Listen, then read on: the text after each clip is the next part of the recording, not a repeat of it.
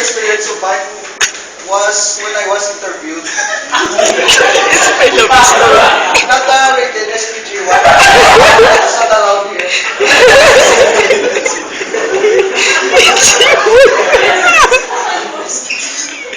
Well, I was asked to elaborate on the skills I listed in my resume.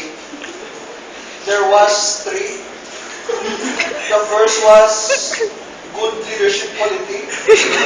Yes. The second was critical thinker. Yes. And the third was socially active.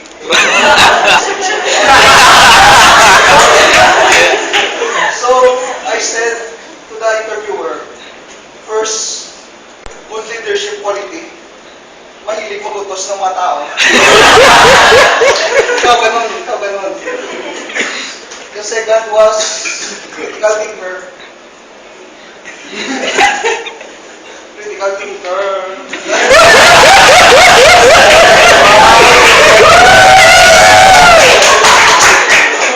Hindi makapag-desisyon ng maayos.